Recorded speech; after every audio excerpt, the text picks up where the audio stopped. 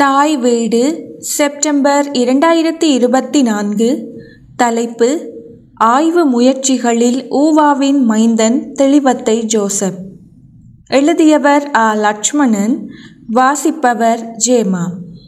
புனைகதை இலக்கியத்தில் படைப்பாளியாக ஆழத் தடம் பதித்த தெளிவத்தை ஜோசப் ஊவா மாகாணத்தில் உள்ள பதுளை மாவட்டத்தில் தெளிவத்தை எனும் ஊரில் பிறந்தவர். ஊர் மீது கொண்ட பற்றினால் ஜோசப் என்ற தன் பெயரோடு தனது ஊரையும் இணைத்து தெளிவத்தை ஜோசப் என அறியப்பட்டார். மண் மீதும் சமூகம் மீதும் கொண்ட தீரா காதலை உணர்த்துவதாக அவருடைய முன்னகர்வுகள் அமைகின்றன. சிறுகதை ஆசிரியராகவும் நாவலாசிரியராகவும் பக்தி எழுத்தாளராகவும் விளங்கிய தெளிவத்தை ஜோசப் மலையகத்தின் முக்கிய ஆளுமைகளில் ஒருவர். தன் படைப்புகளுக்கூடாக தான் சார்ந்த சமூகத்தின் வரலாற்றையும் அதன் வாழ்வியல் முறைமைகளையும் மலையக மக்களின் துன்பியல் நிகழ்வுகளையும் அவலங்களையும் அவர்கள் எதிர்நோக்கிய இன்னோரென்ன பிரச்சினைகளையும் வெளிப்படுத்தியவர். இனங்களுக்கு இடையிலான புரிந்துணர்வையும் மனிதாபிமான அம்சங்களையும் தன் புனைவுகளுக்கூடாக எடுத்துரைத்தவர். தன் அனுபவ தேட்டங்களை மேடை பேச்சுக்கூடாக மக்களிடம் கையளித்தவர். ஜோசப் குறித்தான ஆய்வுகள் பேரளவில் கூட இற்றை வரை இடம்பெறாத நிலையில் இலக்கிய உலகில் அவர் குறித்த அவதானிப்பில் ஒரு தேக்க நிலையே நிலவுகிறது. அவருடைய படைப்புகள் படைப்பார்வம் தொடர்பில் தொடர் அவதானத்தை செலுத்தியவர்களாலேயே அவர் இற்றை வரை கொண்டாடப்படுகிறார். அவ்வாறானவர்களின் தூண்டுதலின் பேரிலும் அவரின் எழுத்துக்களால் உந்தப்பட்டவன் என்ற வகையிலும் அவரின் ஆய்வு முயற்சிகளை ஆவணப்படுத்த முனைவதாக இக்கட்டுரை அமைகிறது. மலையகம் என்பது புவியியல் நோக்கில் மட்டும் அர்த்தம் கொண்டு ஒரு குறுகிய பிரதேசவாதத்துக்குள் மட்டும் முடங்கும் சொல்லன்று. குறிப்பிட்ட எல்லையை கடந்து பெருந்தோட்டத்துறை என்னும் உற்பத்தி முறையை சார்ந்து வாழ்கின்ற மக்கள் குழுவின் இருத்தலை பிரஜைபூர்வமான சமூக உணர்வுக்கூடாக காட்சிப்படுத்தும் சொல். தெளிவத்தை ஜோசப்பின் உழைக்க பிறந்தவர்கள் என்ற சிறுகதை தொகுப்பின் முன்னுரை இதனை தெளிவுபடுத்தி நிற்கிறது. சமூகம் சார் உந்துதலோடு இலக்கியம் படைத்த மலையகத்தின் முன்னோடி ஆளுமையாக தெளிவத்தை ஜோசப் கொள்ளப்படுகிறார். இவர் கடந்த 5 தசாப்தங்களுக்கு மேலாக மலையக இலக்கியத்திற்கு பெரும் பங்காற்றியுள்ளதை அறிய முடிகிறது. இவருடைய எழுத்துக்கள் சிறுகதை, குறுநாவல் என்ற புனைவுகளோடு மட்டுப்படுபவை அல்ல. விமர்சனம் மற்றும் பக்தி எழுத்துக்கள் வாயிலாகவும் தன்னை நிலைபெறச் செய்யும் எழுத்துக்களாக இவை அமைகின்றன.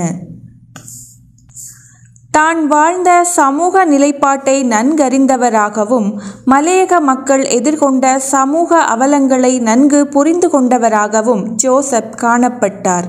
அதாவது அந்த பண்பாட்டு வட்டத்தினுள் அதன் சிசுவாக வாழுகின்ற ஒவ்வொருவராக இவர் இருந்தமையால் அந்த பண்பாட்டின் அடிநிலை வேர்களை இவர் இனங்காண்பது இவருக்கு சுலபமாயிற்று. இதனால் தெளிவத்தை ஜோசப்பின் எழுத்துகள் மலையகத்தின் உள்ளக வாழ்க்கை நிலையில் ஏற்படும் உயிர்ப்புகளையும் மேல்நிலைப்பாட்டு அசைவியக்கத்தையும் நன்கு விளக்குகின்றன என்பார்.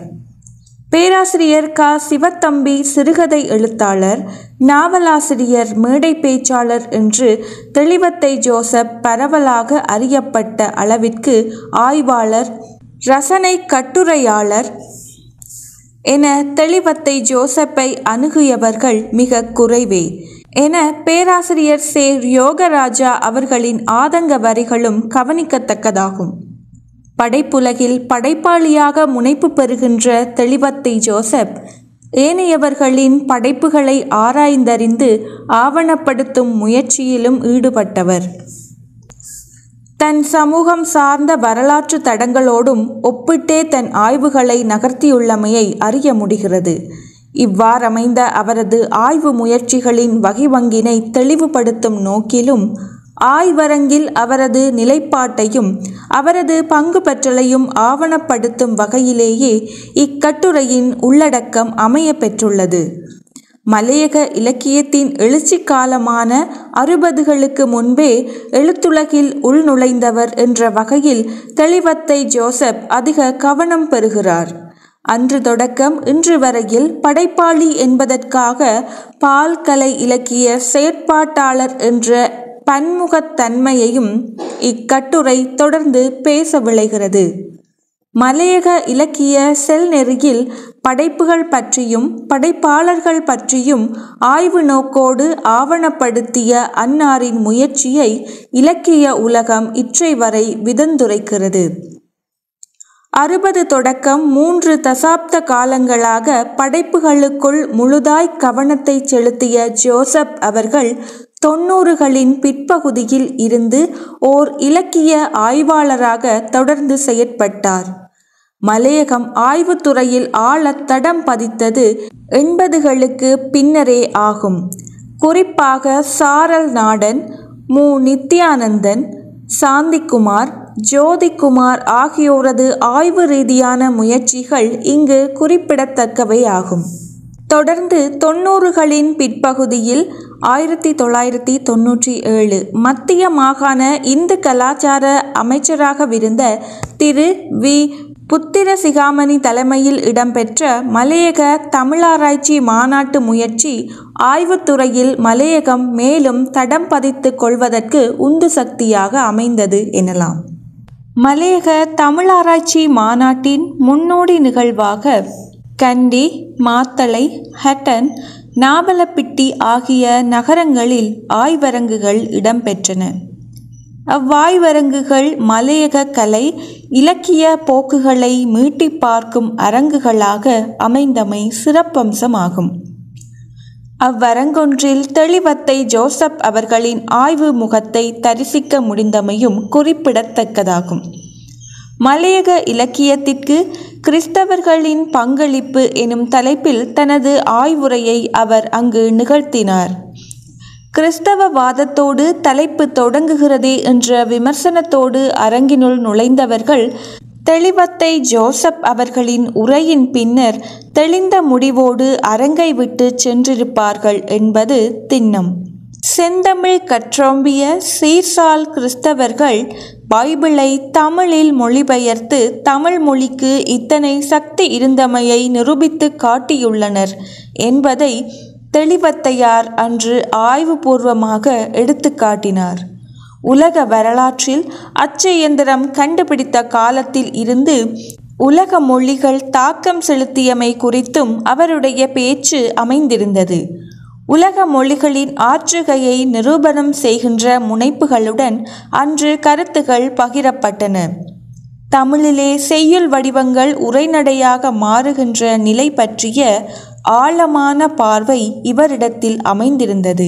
1860களில் இலங்கையின் முதலாவது மலையக எழுத்தாவணமாக ஆபிரகாம் ஜோசப்பின் கோப்பிக்காட்டு கும்மி கொள்ளப்படுகிறது. இது பெருந்தோட்ட பொறிமுறையில் முதலாளிகளின் பக்கம் சார்ந்த பரப்புரையாக அமைந்தாலும் இதுவே முதல் பதிவாக அறியப்பட்டுள்ளமை குறிப்பிடத்தக்கது. ஆபிரகாம் ஜோசப்பின் இந்நூலில் ஓ கோப்பி பயிரே, உலகின் விந்தை நீ, உனக்குரிய எசமானர்களை நாடி பொற்குவை மிகுந்தோரை கொணர்ந்திங்கு சேர்த்தாய், ஓ கோப்பி பயிரே எனத் தொடங்கும் இப்பாடல் கோப்பியின் சிறப்பையும் உழைப்பவர்களின் வகிபங்கினையும் சுட்டி நிற்கிறது. மலையகத்தின் முதலாவது நாவலான மலையகத்தின் சுந்தர மீனாள் அல்லது காதலின் வெற்றி 30களில் வெளிவருகிறது. அதனை எழுதியவர் ஏ. போல் என்ற கிறிஸ்தவரே. அன்று கிறிஸ்தவ இலக்கிய ஆளுமைகளை பதிவு செய்வதை நோக்காக கொண்ட இவ்வராய்வு பின்னர் பரந்துபட்ட ஒன்றாக பரிணாமம் பெற்றது. மலையக இலக்கிய பரப்பினுள் துறவியினுடைய பிரசன்னம் தெளிவத்தை ஜோசப்பினுடைய ஆய்வு முயற்சிகளுக்கு தூண்டுதலை ஏற்படுத்தியதனையும் அறிய முடிகிறது. மலையக இலக்கிய வெளியீட்டுத் துறையில் துரை விஸ்வநாதன் அவர்களின் பிரவேசம் 80களில் இடம்பெற்றது. படைப்புகளை நூலாக்கும் அவரது பணி 90களில் தீவிரமடைகிறது. 90களின் இறுதியில் மலையக சிறுகதைகள் 2 நூல்களாக தொகுக்கப்படுகின்றன. ஒன்று மலையக சிறுகதைகள், 2 உழைக்க பிறந்தவர்கள். இவ்விரு நூல்களின் தொகுப்பிற்கு பிரதான செயற்பாட்டாளராக தெளிவத்தை ஜோசப்பை துரை விஸ்வநாதன் அவர்கள் தெரிவு செய்தார். உண்மையில் இந்த பணிக்கு தெளிவத்தை ஜோசப் தெரிவு செய்திருக்காவிட்டால் இப்பணி இவ்வாறு முழுமையை அடைந்திருக்குமா என்பது சந்தேகமே.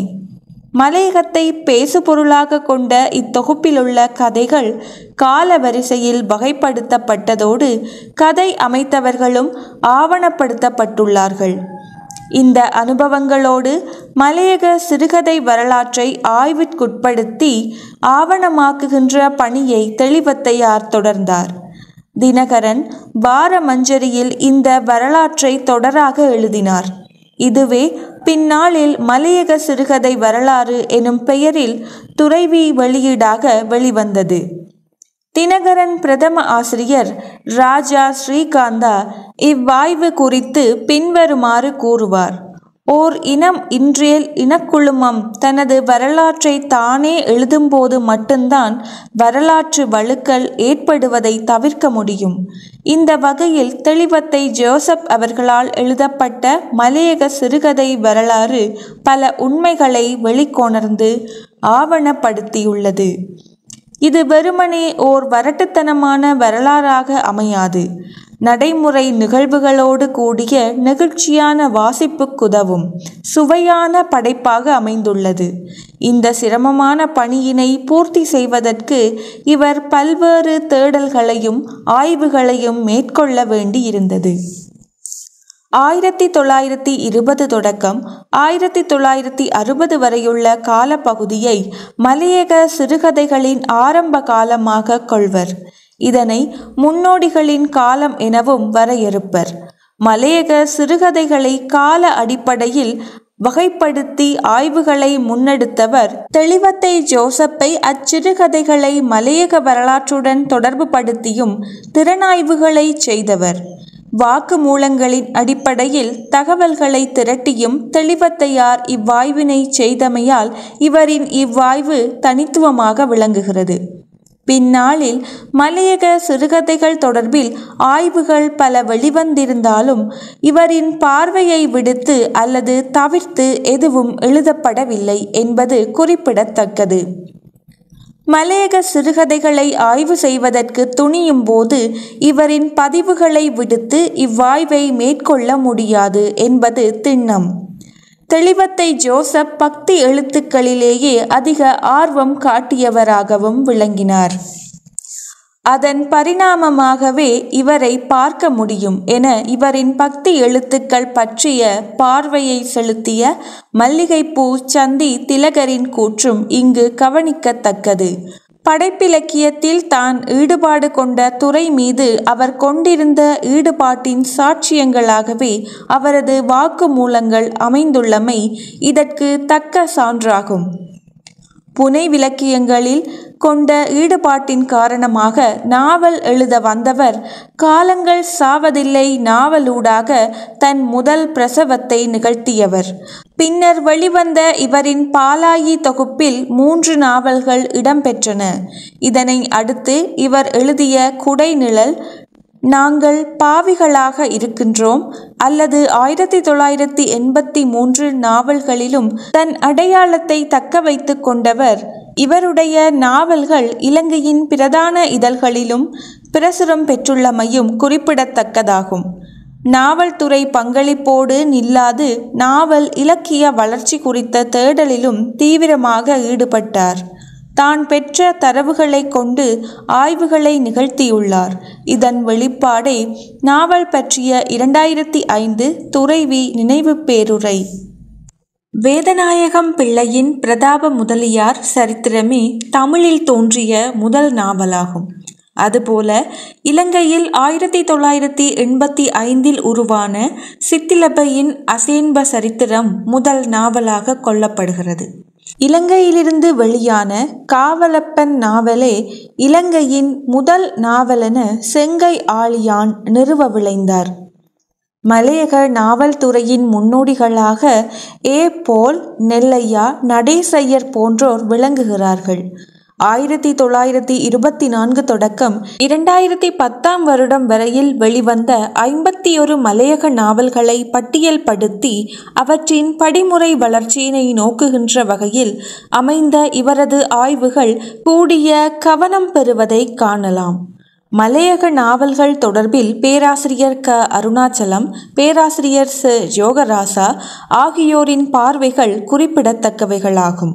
நாவல் இலக்கியம் தொடர்பில் பொது பார்வையில் விஞ்சி நிற்கின்ற பேராசிரியர் கைலாசபதியின் அணுகுமுறையோடு இவரது எழுத்துக்களும் இணைந்து போகின்றன. இதழ்களில் வெளிவந்த புனைவுகள் குறித்த ஆய்வினை மேற்கொள்ளும் போது இலங்கையின் சஞ்சிகைகள் குறித்து கூடிய கவனம் செலுத்தினார். அதனை தெளிவத்தை ஜோசப் எழுத்துருவாக்கங்களாகவும் கொண்டு வந்தார். இதழியல் பற்றிய அவரது எழுத்துருக்களை பின்வரும் அடிப்படையில் நோக்கலாம். மலையக இலக்கியமும் இதழியலும், 20ஆம் நூற்றாண்டின் ஈழத்து இதழியலும் இலக்கியமும். மலையக இலக்கியமும் இதழியலும். மலையகத்திலிருந்து வெளிவந்த முதலாவது இதழ் லாரி கிருஷ்ணாவினுடைய ஜனமித்ரன் என சாரல் நாடன் குறிப்பிடுவார். அதைத் தொடர்ந்து 1960 வரையில் மலையகத்தில் 85ற்கு மேற்பட்ட இதழ்கள் வெளிவந்துள்ளன. இவற்றில் தேசநேசன், தேசபக்தன் போன்றன நடேசையரின் இதழ்களாகும். மலையக நாவல் இலக்கியத்திலும் முன்னோடியாக இனங்காணப்பட்ட எச். செல்லையாவின் ஜனநீதிகள் 1928 இதழும் குறிப்பிடத்தக்கது. பின்னர் 1930 எச். நல்லையா அவர்களை கொண்டே வீரகேசரி பத்திரிகை தனது பயணத்தை ஆரம்பித்தது. அவ்வாறே தினகரன் இதழும் மயில் வாகனம் அவர்களை ஆசிரியராக கொண்டு தனது பயணத்தை 1932 தொடங்கியது. மலையக இதழ்களை பட்டியல்படுத்தும் பொறுப்பில் சாரல் நாடன் அவர்களின் பங்கு மிக முக்கியத்துவம் வாய்ந்ததாகும். அவ்வாறே மலையக தமிழ் சஞ்சிகைகள் எனும் தலைப்பில் ரா. சர்மிளாதேவியின் ஆய்வு தொகுப்பு நூலும் கூடிய கவனம் பெறுகிறது. மலையக இதழியல் துறையில் முக்கிய ஆவணமாக திகழும் இந்நூலில் ஈழத்து இதழியல் தொடர்பிலான பதிவுகளையும் உள்ளடக்கியிருப்பது சிறப்பம்சமாகும். தெளிவத்தை ஜோசப் அவர்கள் இதழ்களை பட்டியல்படுத்தும் அதேவேளை 60களின் பின்னர் மலையக இலக்கியத்தின் எழுச்சிக்கு துணை நின்ற இதழ்கள் மீது அதீத கவனம் செலுத்தியிருந்தார். இந்த இதழ்களோடு தான் கொண்டிருந்த தொடர்புகளையும் அனுபவ பதிவுகளாக தன்னாய்வில் தெளிவத்தை ஜோசப் தந்திருந்தார். இலங்கையிலிருந்து வெளிவரும் வீரகேசரி பத்திரிகை மலையக விடயங்களை வெளிப்படுத்தும் நோக்கில் தோட்ட மஞ்சரி, குறிஞ்சி பரல்கள் முதலான பகுதிகளை ஒதுக்கியதையும், பின்னாளில் தினகரன் இதழ் மலையகத்துக்கு முக்கியத்துவம் கொடுத்து வெளிவந்ததையும் இவரது வாக்குமூல வரிகள் கொண்டு அறியலாம். மலையக புனைகதை வளர்ச்சியில் மலைமுரசு இதழின் வருகை குறித்து கூடிய கவனம் செலுத்தினார். மலையகம் குறித்த நேச பார்வையை மல்லிகை கொண்டிருந்ததையும், மலையகம் குறித்த அனுபவ பார்வையை ஞானம் இதழ் கொண்டிருந்தமையையும் இவரது ஆய்வுகள் வெளிப்படுத்தி இருந்தது. தாய் வீடு இதழின் ஊடாக மலையகம் குறித்த பதிவுகளை ஆவணப்படுத்தி இருந்தமையும் குறிப்பிடத்தக்கது. 20ஆம் நூற்றாண்டின் ஈழத்து இதழியலும் இலக்கியமும். இலங்கையின் இலக்கிய வளர்ச்சியில் இதழ்களின் வகைபங்கினை ஆழமாக எழுதியவர் தெளிவத்தை ஜோசப்.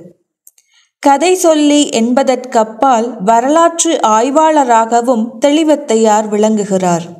20ஆம் நூற்றாண்டின் ஈழத்து இதழியலும் இலக்கியமும் எனும் தலைப்பில் இவரின் ஆய்வுகளை நூலாக்கும் முயற்சியில் 3வது மனிதன் என்ற அமைப்பு ஈடுபட்டுள்ளமையும் வாசகருக்கு மகிழ்வை தருகின்ற விடயமாகும். நாளிதழ்கள், வார இதழ்கள், மாத இதழ்கள், பருவகால இதழ்கள், சிறப்பிதழ்கள் என்ற வகையில் இலக்கியத்திற்கு இவ்விதழ்களின் பங்களிப்புகள் தொடர்பான பதிவுகள் தொடர்கின்றன. அவ்வாறே அண்மைக்கால தினக்குரல், நவமணி போன்ற இதழ்களின் பங்களிப்புகள் குறித்தும் விதந்து பேசுகிறார். இத்தொடரை இவர் நிறுத்தியதன் பின்னர் அண்மைக்கால இதழியல் பதிவுகளுக்குரிய ஆவணப்படுத்தல் வெற்றிடமாகவே உள்ளது. புனைவுகள், இதழ்கள் தொடர்பிலான ஈடுபாட்டின் காரணமாகவே இத்துறைசார் நிபுணத்துவத்தை இவர் வளர்த்து கொண்டார். இதன் விளைவாக இத்துறைகளோடு தொடர்புபட்ட இவரது கட்டுரைகள் மற்றும் உரைகள் மிக கவனத்தை பெறுகின்றன. அமரர் ரா. சிவலிங்கம் அவர்களின் நினைவு பேருரை மலையகம் எனும் அடையாளம், மலையக இலக்கியத்தின் வகிபங்கு, சர்வதேச தமிழ் எழுத்தாளர் மாநாடு 2011 இலங்கை, சிற்றிதழ் அரங்கு, இலங்கையில் சிற்றிதழ்கள் வரலாறும் வளர்ச்சியும், காந்தி கிராமிய பல்கலைக்கழகம், இந்தியா, ஆஸ்திரேலியா தமிழ் எழுத்தாளர் சங்கம், சிட்னி மலைநாட்டு எழுத்தாளர் மன்றம், இலங்கை இணைந்து நடாத்திய மாநாடு, இலங்கை மலையக தமிழ் இலக்கியங்களும் கலை பண்பாட்டு வடிவங்களும், 2017 உலக தமிழ்ச்சங்கம் மதுரை ஆய்வுரை, சிறுகதை, நாவல், பரவலான இலக்கியங்கள், இலக்கிய சந்திப்பு 47 பன்னாட்டு நிகழ்வில் இதழியல் அரங்கின் தலைமையுரை, 2003 காலச்சுவடு தமிழினி மாநாடு இந்திய விஜய உரை, 2013 விஷ்ணுபுரம் விருது பெற்றுக்கொண்ட அரங்கில் ஆற்றிய உரை, 2000ஆம் ஆண்டு கனடா, லண்டன் போன்ற ஐரோப்பிய நாடுகளில் இலக்கிய அரங்குகளில் கலந்து கொண்டாற்றிய உரை, நீர்வை பொன்னையன் விபவி நிகழ்வில் ஆற்றிய உரை, மலையக எழுத்தாளர்களின் பங்கு, பன்னாட்டு கருத்தரங்கு, மலையக சிறுகதை அரங்கு, மலையக புனைகதை இலக்கியத்தின் செல் நெறிகள், மேற்குறித்த உரைகள் தெளிவத்தையாரின் ஆய்வு திறனுக்கு தக்க சான்று. அவ்வாறே இவ்விடயங்களை ஒட்டி இதழ்களில் வெளிவந்த கட்டுரைகள் பின்வருமாறு.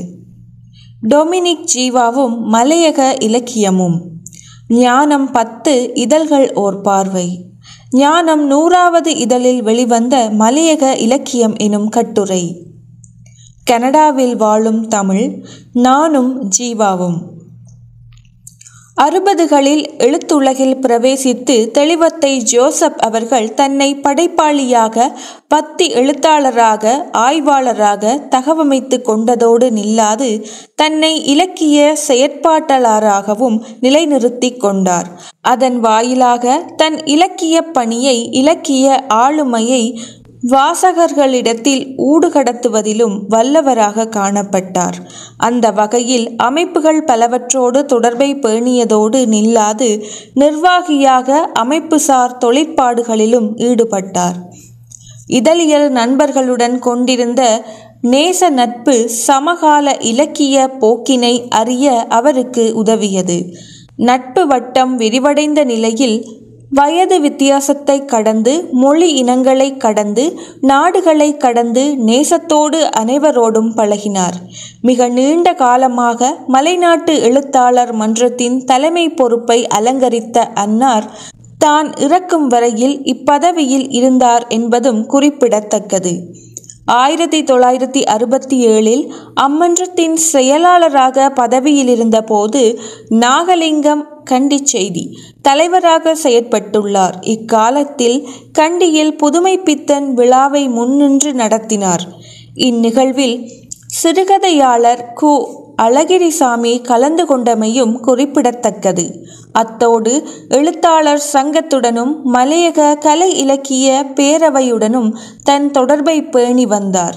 அவ்வாறே கொடகே நிறுவனத்துடன் இவர் இணைந்து செயற்படுவதும், தமிழ் சிங்கள எழுத்தாளர்களுடன் இவர் இணைந்து செயற்படுவதும் தெளிவத்தையாரை இனம், மதங்களை கடந்து பழகும் தன்மையுடையவராக காட்டியது.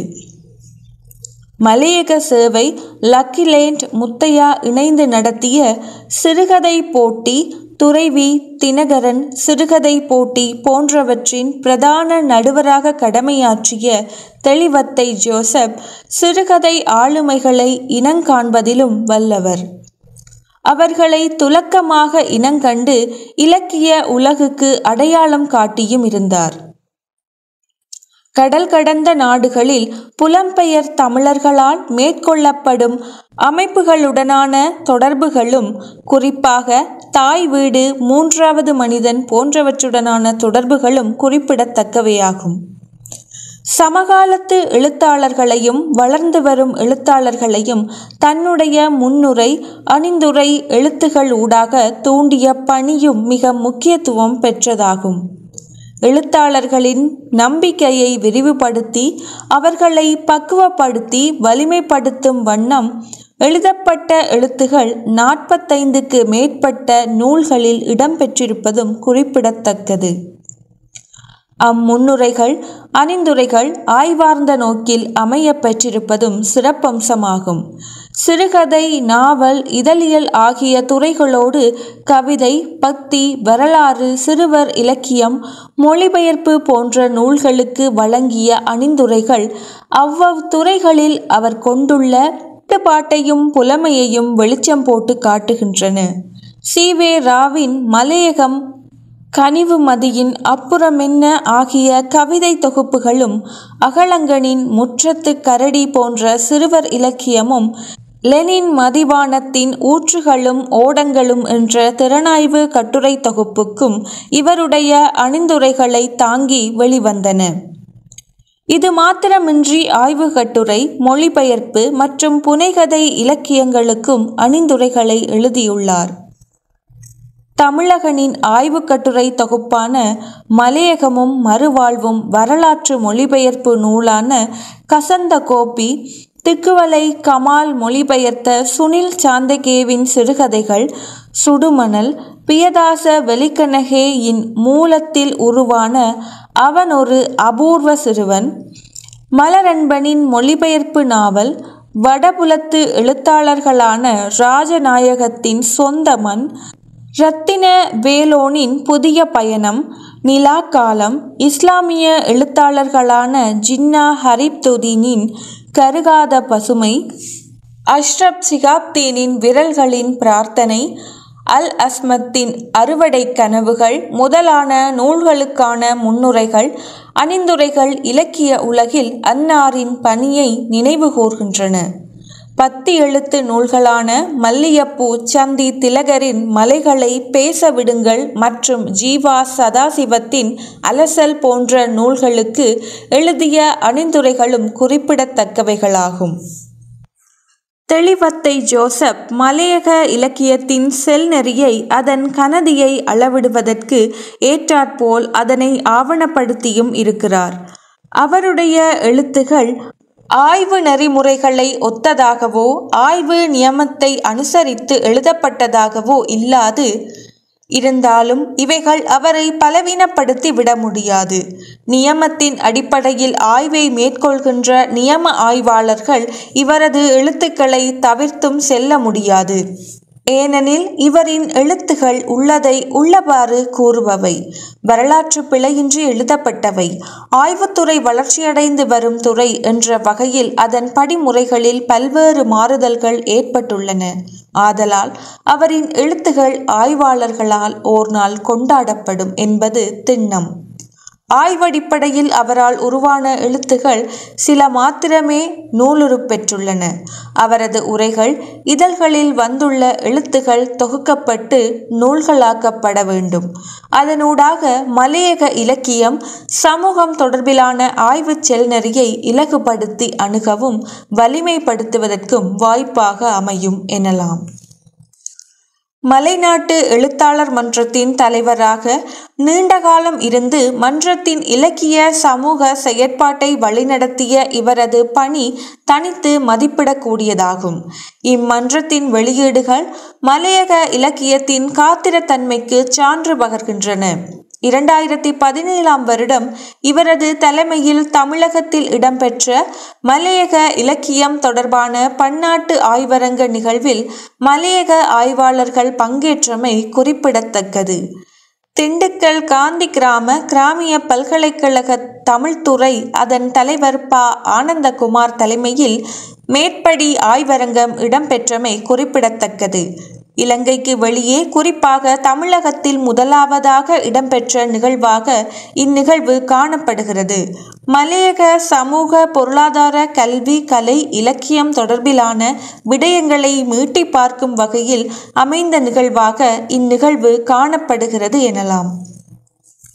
இவரது தலைமையில் மு. சிவலிங்கம், பதுளை சேனாதிராஜா, மல்லிகைப்பூ சந்தை திலகர், அந்தனி ஜீவா, கே. பொன்னுத்துரை, வே. ராமர், சதாசிவம், லட்சுமணன் ஆகியோர் பங்கேற்றார்கள். இந்நிகழ்வின் பின்னணியில் மாத்தளை சோமுவின் பங்கேற்பும் முக்கியமானது. அவ்வாறே தாயகம் திரும்பிய மு. சி. கந்தையா, சி. பன்னீர்செல்வம், தவ முதல்வன், பேனா மனோகரன் உட்பட்டவர்களின் பங்கேற்பும் கவனிக்கத்தக்கது. தி. ஞானசேகரனுடைய மலையக நாவல்களை அமெரிக்கன் கல்லூரியில் முதலாக உசாத்துணை நூல்களாக வைத்திருந்த பேராசிரியர் பேர்த்தி ரெட்டி, தஞ்சாவூர் தமிழ் பல்கலைக்கழக அயல்நாட்டு கற்கைகள் துறை தலைவர் பேராசிரியர் குறிஞ்சிவேந்தன் உட்பட மலையக இலக்கியத்தை ஆதரிக்கும் பேராசிரியர்களும் ஆய்வு மாணவர்களும் இந்நிகழ்வில் பங்கேற்றமையும் முக்கிய விடயங்களாகும். மதுரை உலக தமிழ்ச்சங்கம் ஏற்பாடு செய்திருந்த மலையக இலக்கியம் பன்னாட்டு ஆய்வரங்கிலும் தெளிவத்தை ஜோசப் அவர்களின் தலைமையிலான அணி பங்கேற்றது. மலையக சமூகம் குறித்த ஆய்வு களத்தில் இவ்வாய்வரங்கம் முக்கியத்துவம் வாய்ந்தது. அக்காலத்தில் கடமையில் இருந்த உலக தமிழ்ச்சங்க இயக்குனர் ரா. சேகர் அவர்களது தலைமையில் இந்நிகழ்வு இடம்பெற்றது. மலையக இலக்கியத்தின் முக்கிய விடயங்கள் குறித்து தெளிவத்தை ஜோசப் தலைமையிலான அணியினர் ஒவ்வொருவரும் ஆய்வுரைகளை நிகழ்த்தியமையும் குறிப்பிடத்தக்கது. இந்நிகழ்வில் பங்கேற்ற பேராளர்கள் இவ்வுரைகளை கேட்டு புதுவித அனுபவமாக இருக்கிறது என கருத்து கூறினார்கள். இந்நிகழ்வில் கருத்துரை வழங்கிய பேராசிரியர் ரா. மோகன் அமரர் இந்நிகழ்வை மிகவும் சிலாகித்து பேசியதோடு நில்லாது பதிவொன்றினையும் எழுதினார். இந்நிகழ்வின் பின்னணி ஏற்பாட்டில் மாத்தளை சோமுவின் பங்கும் குறிப்பிடத்தக்கது. நிகர் சமூக கலை இலக்கிய அரங்கின் தூண்டுதலில் அந்தனி ஜீவா மீள்பதிப்பு செய்த கோ.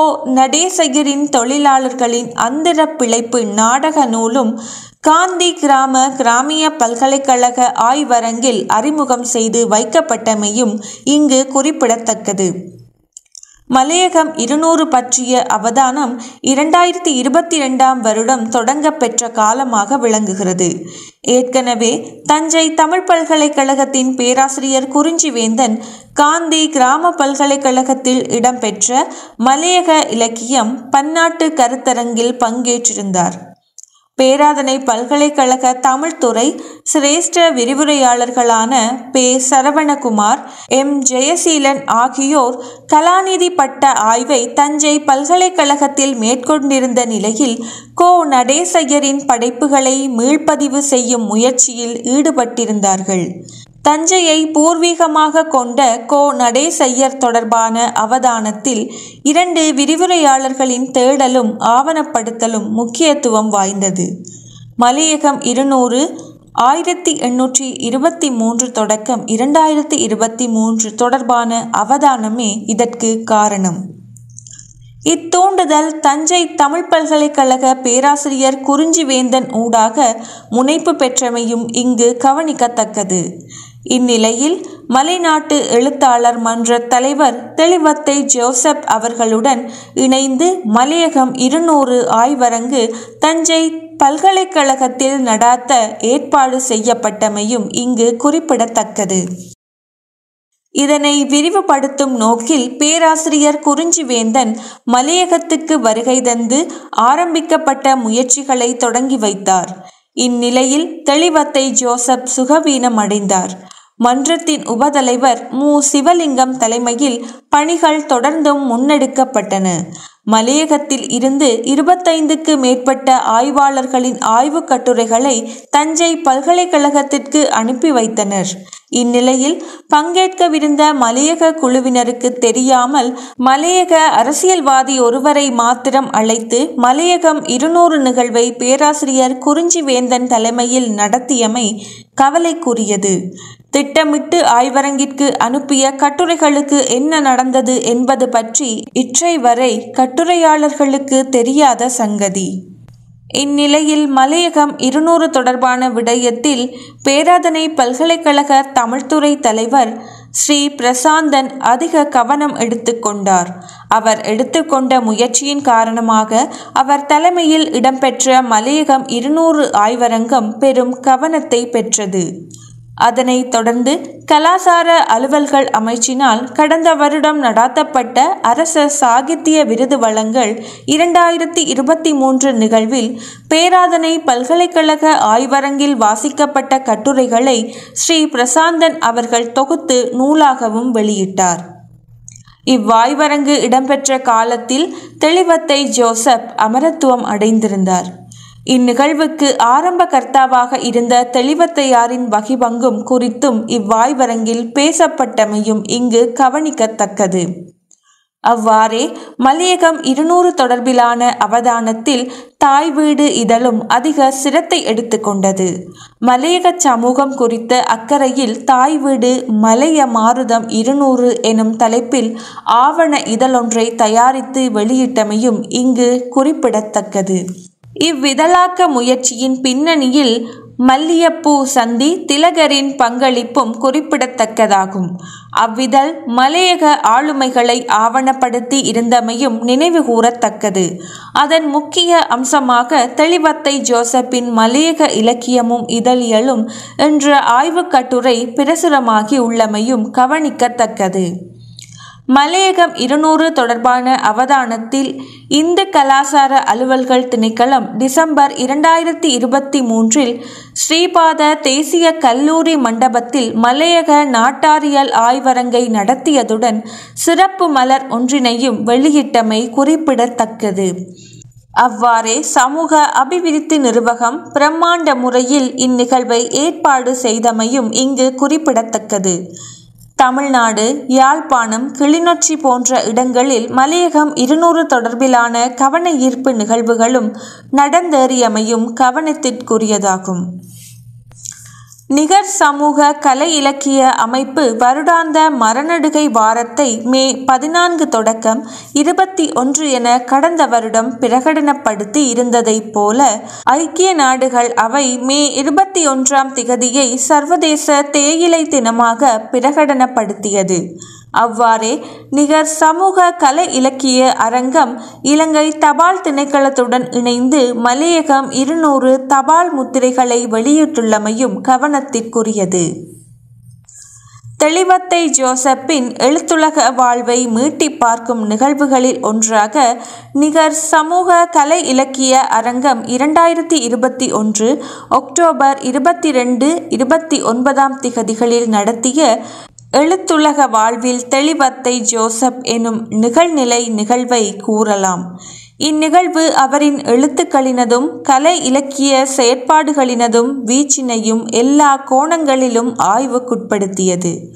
இந்நிகழ்வில் தெளிவத்தை ஜோசப்பருடைய ஏற்புரை எல்லோரினதும் கவனத்தை வென்றதாக அமைந்தமையும் குறிப்பிடத்தக்கது.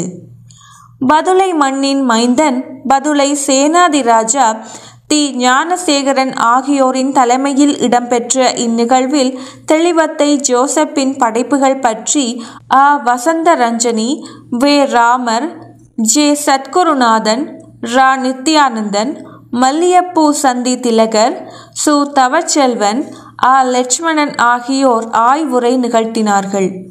நோய்வாய்ப்பட்டிருந்த நிலையில் அவருடைய திடீர் இறப்பு என்பது அவரை நேசித்த உறவுகளுக்கும் மலையக இலக்கியத்திற்கும் பேரிழப்பாகும். மறைவின் பின்னர் தெளிவத்தை ஜோசப் ஆவணாக்கம் அமைக்கப்பட்டுள்ளமையும் குறிப்பிடத்தக்கதாகும். இம்முயற்சியில் தெளிவத்தை ஜோசப்பிடம் அன்று தொடக்கம் இற்றை வரை ஆழ்ந்த ஈடுபாடு கொண்ட மல்லியப்பூ சந்தி திலகரின் பணி விதந்துரைக்கத்தக்கது. அவ்வாறே தாய் வீடு இயக்கத்தோடு திலகரின் பாக்கியா பதிப்பகமும் இணைந்து தாய் வீடு இதழில் தொடராக பிரசுரமான மாறுதல்கள் என்ற தொடர்கதையை நாவலாக வெளிக்கொணர்ந்துள்ளமையும் சிறப்பம்சமாகும். தெளிவத்தை ஜோசப்பின் சிறுகதைகள் பலவற்றை தொகுத்து மல்லியப்பூ சந்தி திலகர் ஏலவே தெளிவத்தை ஜோசப் சிறுகதைகள் என்ற பெயரில் சிறுகதை தொகுப்பொன்றை வெளியிட்டு இருந்தமையும் குறிப்பிடத்தக்கது. இதன் பின்னணியிலும் திலகர், மு. நித்யானந்தன், எச். விக்ரமசிங்க ஆகியோரின் உள்ளார்ந்த ஈடுபாடு போற்றுதற்குரியதாகும். இந்நிலையில் அவர் தலைமையேற்றிருந்த மலைநாட்டு எழுத்தாளர் மன்றம் அவர் குறித்து போதிய அக்கறை செலுத்தவில்லை என்ற ஆதங்கமும் மலையக மக்களிடத்தில் இற்றை வரை தொடர்ந்தும் நிலவி வருகிறது. தெளிவத்தை ஜோசப் என்பது மலையக இருப்பின் ஓர் அடையாளத்திற்குரிய நாமமாகவே உற்று நோக்கப்படுகிறது. தெளிவத்தை ஜோசப், பதுளை தெளிவத்தை ஊவா, மலையகம், இலங்கை, இந்தியா, சர்வதேசம் என்ற ரீதியில் தன் ஆய்வுகளை முன்னெடுத்து சென்றதில் ஜோசப் அவர்களுக்கு தனித்துவமான அடையாளம் உள்ளது. மலையகத்தின் ஓர் குறியீடாகவே தெளிவத்தை ஜோசப் அவர்களை என்றும் இனங்காணலாம். அவரின் ஆய்வு புலமையும் ஆய்வு தளத்திற்கு அவர் விட்டு சென்ற தடங்களும் இலக்கிய உலகில் முக்கியத்துவம் வாய்ந்தவனவாகும். மலையக சமூக அசைவியக்கத்திற்கு தெளிவத்தையாரின் எழுத்துகளும் சாட்சி ஆவணங்களாகவே விளங்குகின்றன. அவ்வாறே அவருடைய படைப்புகளும் ஆய்வுகளும் ஆவண எழுத்துகளும் மற்றொரு தளத்தில் அவருடைய இலக்கிய முக்கியத்துவத்தை உலகறியச் செய்வதாகவே அமைகின்றமையும் இங்கு குறிப்பிடத்தக்கதாகும். நன்றி.